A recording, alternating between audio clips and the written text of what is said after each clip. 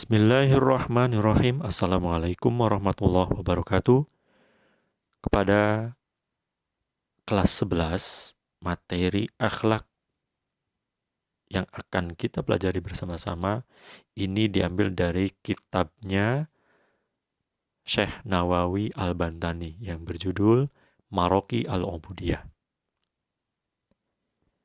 Buku ini merupakan syarah dari kitab Bidayatul Hidayah, kitab yang ditulis oleh Imam Al-Ghazali. Buku ini juga merupakan perpaduan antara tasawuf dan fikih yang menuntun manusia kepada ketaatan, menjauhi perbuatan maksiat, dan bagaimana seharusnya etika dalam bermuamalah. Nama lengkap Syekh Nawawi adalah Abu Abdul Mu'ti Muhammad Nawawi bin Umar bin Arabi Al-Jawi Al-Bantani.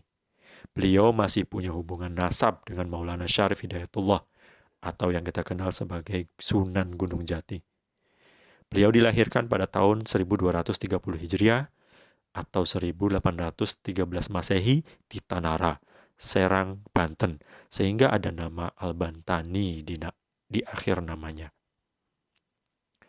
Sejak usia 5 tahun, ini sejarahnya, sejak usia 5 tahun, Syekh Nawawi sudah mulai belajar ilmu agama Islam, baik bahasa Arab, fikih, tauhid, Al-Quran, dan tafsir, langsung dari ayahnya.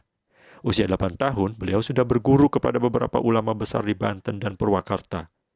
Kemudian usia 15 tahun, berangkat belajar ke Tanah Suci Mekah dan berguru kepada beberapa ulama masyhur untuk beberapa tahun. Setelahnya, beliau kembali ke Indonesia untuk mengajar yang saat itu hidup dalam penjajahan Belanda, termasuk di dalamnya mengobarkan semangat jihad melawan penjajahan. Hal ini merupakan gerak-gerik Syekh Nawawi dibatasi, bahkan dituduh sebagai pengikut Pangeran Diponegoro. Kemudian kembali lagi ke Mekah dan mengamalkan ilmunya di sana. Selama di Mekah, nama Syekh Nawawi mulai masyhur dan rumahnya didatangi orang-orang yang ingin menuntut ilmu. Nama beliau semakin masyhur saat ditunjuk sebagai Imam Masjidil Haram, menggantikan Syekh Ahmad Khatib Al-Minangkabawi. Kemasyhuran beliau tidak hanya di Mekah dan Madinah saja, tapi sampai ke Turki, Suriah, Mesir, hingga Hindustan.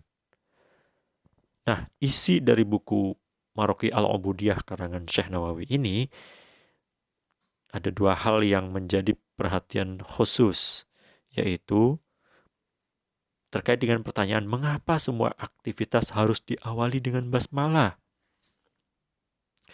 Kemudian, yang kedua adalah mengapa kedudukan basmalah demikian urgen. Sebagaimana hadis Rasulullah SAW, setiap perkara penting yang tidak dimulai dengan bismillah, maka amalan tersebut terputus, kurang keberkahannya. Tuh. Kemudian hadis tadi dapat dilihat bahwa pembeda